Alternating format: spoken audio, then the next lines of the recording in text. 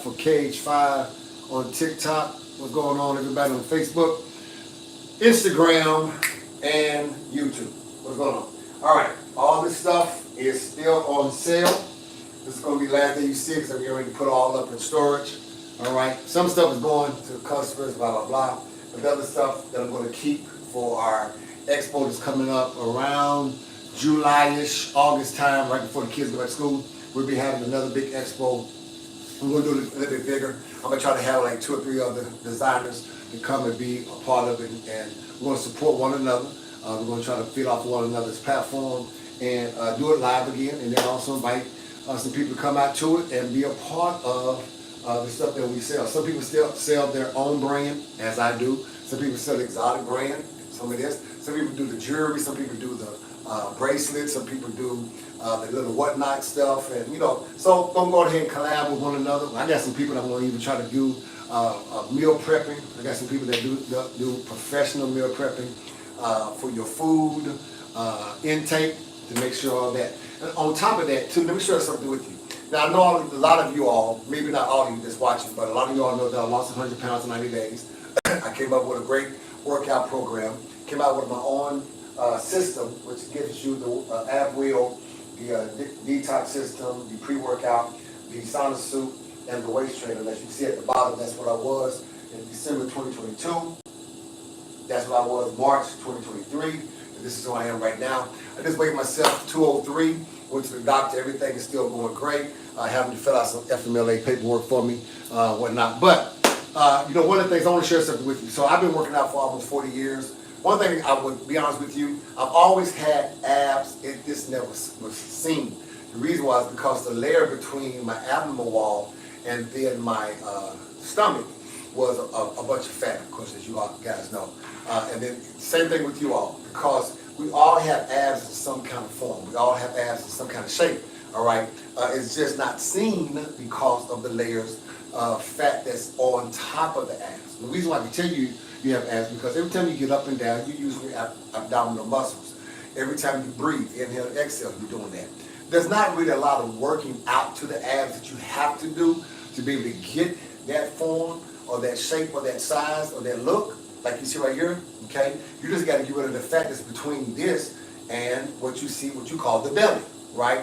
Of course, the abdomen does help. It does harden and strengthens the sinew, the flesh, the tissue, because if you don't, the walls of your stomach will start to separate, and then you start end up having this like TP thing in your stomach, which means you're subject for hernia, you're subject for your stomach to kind of rip and open, which is also internal bleeding. So you want to make sure that you keep the walls of your abdominal wall as strong as you can. So yeah, you do need to do crunches, you do need to find some kind of machine that is very safe, which is my ab roller, or get on some kind of machine at your gym that's very ergonomic, as they would say, to help you not throw your back out and have to use your neck muscles and all that kind of stuff, like we've done in the past, and we've heard about people being in danger. But let me tell you the number one secret in maintaining good health support is going to be low calorie. It's going to be what you put in your body.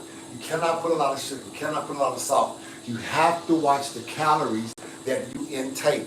Most people, especially blacks, we always take it between 2,000 to 3,000 calories based upon snacking and eating stuff that is high in sugar, high in sodium, and it's just not good for us because it has no nutrition.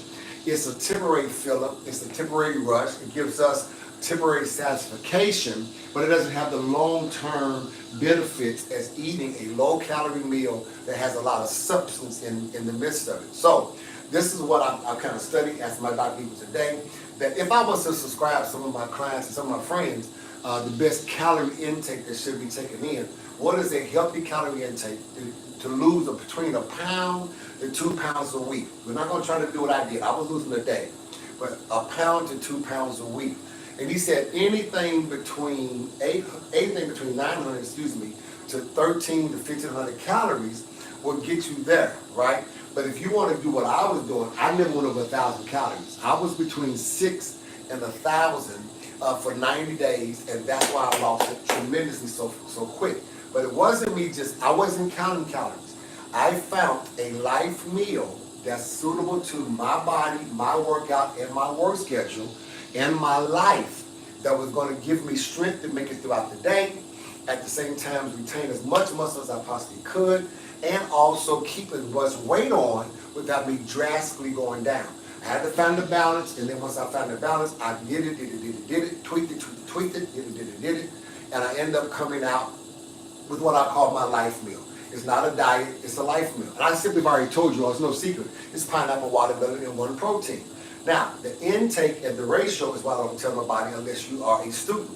You can practice and try your own thing until you come out with it. Some people say it's too much pineapple, too much acid. You don't know the rotation. I'm eating a lot of watermelon, I'm known as peeing. You don't know the rotation. I'm not eating enough water. I have the right portion of watermelon to pineapple that you're supposed to eat, how many times you're supposed to eat it, and even what times a day you're supposed to eat it, that you will start seeing results. Now, my results are going to probably get you to about a half a pound to a pound within 1 every 2 days.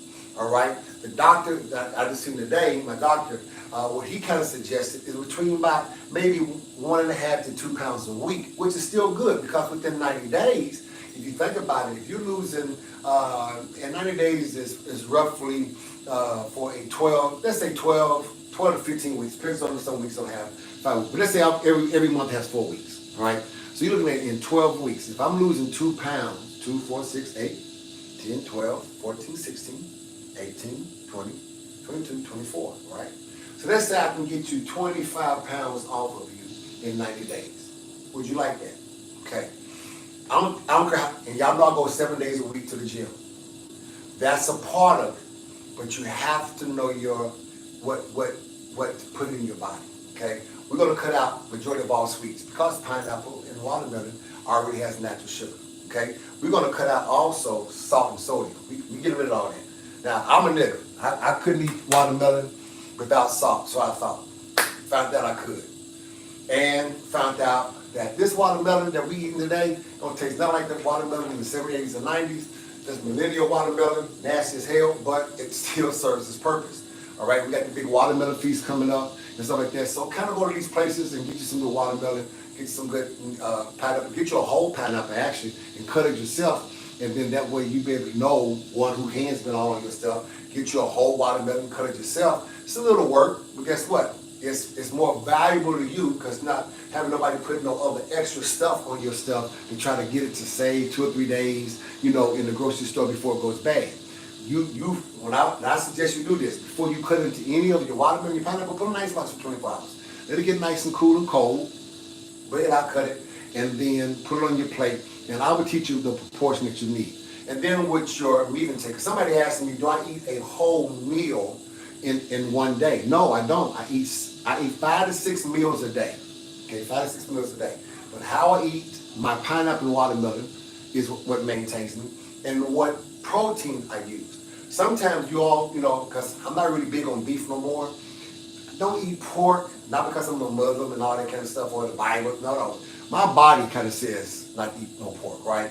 And I love me some good old pork chops. I ain't gonna lie, every now and then I go over there on Handyside, over there on the east side off of Kelly, and I give me a pork chop, and I just have to tell my body, you're gonna take this detox after we get done and get this out of our system because it's gonna turn me up. My blood pressure is gonna be high, but damn, that taste bud gonna hit it. And I ain't had one of them in about 2 or 3 years. I didn't even give me one back and give me a hot link. But anyway, it's just that kind of intake. So I'm going to suggest to you that you do fish, okay? And if you can do something outside of catfish, some other kind of whiting, then do that. And then also do chicken without the skin. You're going to do it with the skin on it, you know, make it bake. You know what I'm saying? And make sure that it is farm raised and whole chicken. And make sure that you're not overdoing it. Get you something that's very, very low calorie that you can eat at night. Because you're going to wake up maybe once or twice a night to pee and just kind of wake up because you're rolling. You may want to put something in your mouth, right? Of course, me. I'm saying. But get you something that you can do that's low calorie to be able to do that to maintain. If you can still keep between 900 to 1100 in your calories, just naturally doing that, walking lightly, doing some of my ab routine is going to start, you're going to start slimming down, you're going to start looking good, you're going to start feeling good. Most of all, you're going to have great gut support. I cannot stress it enough. Your gut support will pay off in the long run. And you need to have great gut support one way or the other. I guess she must have had a nightmare and woke up. All right? So you need to make sure that you have that. Now, y'all know I'm doing the pre-recording for TikTok and everything, so let me do this real quick.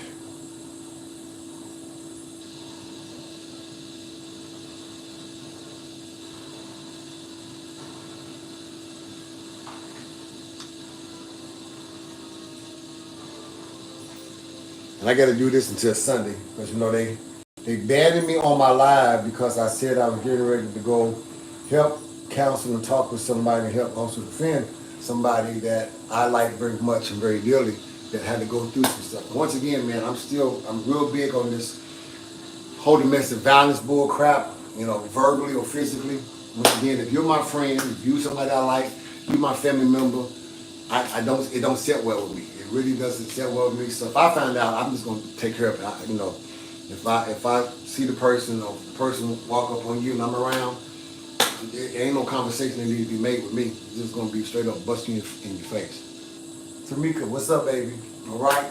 So once again, we talk about this because this is what I came on here for. All of this is getting ready to be sold. Well, all this is for sale and more. Now, I can get a lot of things, y'all. Once again, my integrity to tell you. Now, one thing on this background is from China. I know y'all know you got 3 aunties and 2 cousins and 1 friend that's bootlegging down at the flea market, or they can get this stuff like $10 and $20, and all these bull crap comes from China. None of my stuff comes from China. I don't even think I should have to prove that to you, so I'm not. Those of y'all that know me, if you know me personally, if you look in Oklahoma, I'll show you where the address is. I'll show you where it comes from. It comes from Dubai. I'll tell you where it comes from right now. Dubai, Hong Kong, Istanbul, and Singapore. That's where my stuff comes from. And it also comes from France and also Spain, where these warehouses are at.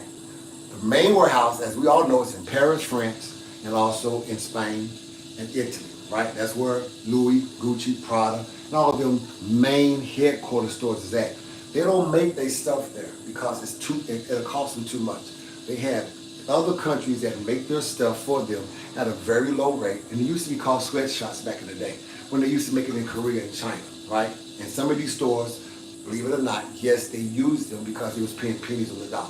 When people started investigating it, they kind of beefed it up and said, okay, let's market it outside of that. Now, a lot of their stores in France and in Italy, once again, it's high, but the people in Hong Kong, Singapore, and Dubai were able to do some of these works for them and be able to kind of cut their prices almost halfway. So in doing that, a lot of what you see right here, from the diesel bag to the tote bag to the Christian Dior bag to all the Louis Vuitton, Gucci stuff, is stuff that's sold over there, okay? And they're just like our stores here. They're like our Macy's and our I hate to say these, but Dillard's and Sears and Saks Fifth Avenue and all them. They're like them, and you know that we have our Rosses here, and there's another store I can't think of that sometimes get good quality stuff, but they get it aftermarket or they get the stuff from the other stores, right? Saks Fifth Avenue has a reduction store. Some of the other ones I can't think of all the name of right now. They have like a reduction store from when the main stores end up selling can't sell certain sizes. They end up sending to the reduction store. Same damn thing you would have bought in the main store, right? Even at the outlet malls, like when you go to Nike and all of them, those malls are real. They are representatives of Nike that's in the big mall. But some of that stuff that's in the big mall, selling for $300, once it's been on the shelf for about 90 days and it's no longer something that's hot and out, something new comes, they send it to the outlet mall. So now instead of you paying $350, 3 or 4 or 5 months later, you can go ahead and pay like $200, right? $200, $225. Still the same quality shoes. It's they take all of their stock from the main store where they first, LeBron came out today. All of them going to be in every Nike main store in a main mall. In about maybe 4 or 5 months, those LeBrons are going to end up at the outlet mall. They're going to be almost maybe 25 to 50% off. All the Coach bags, the Coach in Penn Square Mall, once they've been in there maybe 6 or 7 months, they're at the Coach store at the outlet mall on council. Sometimes the outlet mall ends up getting the same thing. And they just got it a little bit cheaper because some of that, what y'all don't know, has a little flaw. A stitching, the handle wasn't always perfect. Now they know most people ain't gonna sit there and magnify glass with everything. You're gonna go because the name is on the God Dog building, it's at a reputable place called the outlet, or the name is on the building, it's inside of a store, and they didn't catch it, right? But they're gonna charge you for a price. But what happens with us, not all of them other people that sell it, but what happens with people like me that also model and have a contract with these people, we sometimes get that same discount. The problem is they really can't do a lot of their working over here in the United States because a lot of this stuff is already for what's overseas. And because of trade embargoes and shipping and receiving and customs and all that, a lot of stuff can get over here how they would like to be able to liquidate. So once you stitch stuff like this, that $3,000 bag,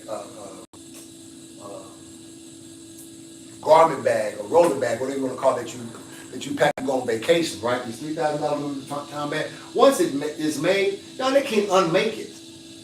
So it's going to either sit in the warehouse and rot, or they're going to sit there and sell it to another country, the United States. It's going to be new and hot here. Once it's new and hot here and they still got some more left over, it's going to sit in the warehouse and rotten. Or they're going to end up finding individual wholesalers and vendors like myself that are coming and selling through our network.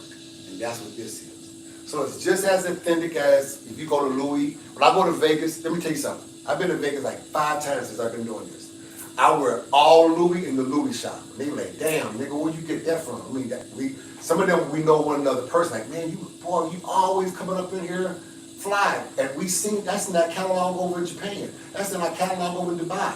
Dang, we can't get that. Came with some hot fire shoes. Then sometimes I go into Gucci and wear exactly what's in the Gucci store and come in, and I'm like, dang, how y'all doing? Man, where'd you get that from, New York? Man, can't tell you where I got it from, baby. Oh, you that dude that's wholesaling. Yeah. Let me see them shoes. And I took off the shoe, and I said, tell me if you think this is a knockoff. He said, no, there ain't no knockoff, bro. You can't even knock that off. Let me tell you why. And they showed me, I said, right. Those of us that's in fashion know that there's some stuff you just can't knock off. China can't knock it off. Well, if China try to knock it off, good luck.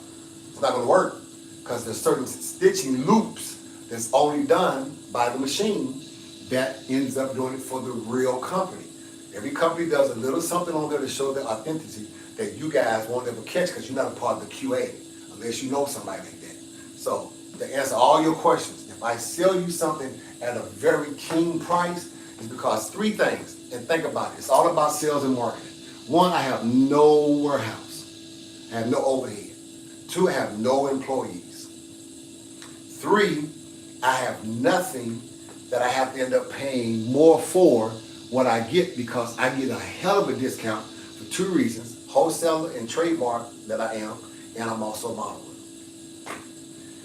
That being said, all of these bags, and I'm not going to say that for $3,000, $2,500, $3,000, which it's worth. I'm going to sell it to you for $1,000 something, but it ain't going to be what it's worth. I try to do either half of what you're going to buy for it in the store or a little bit lower than that.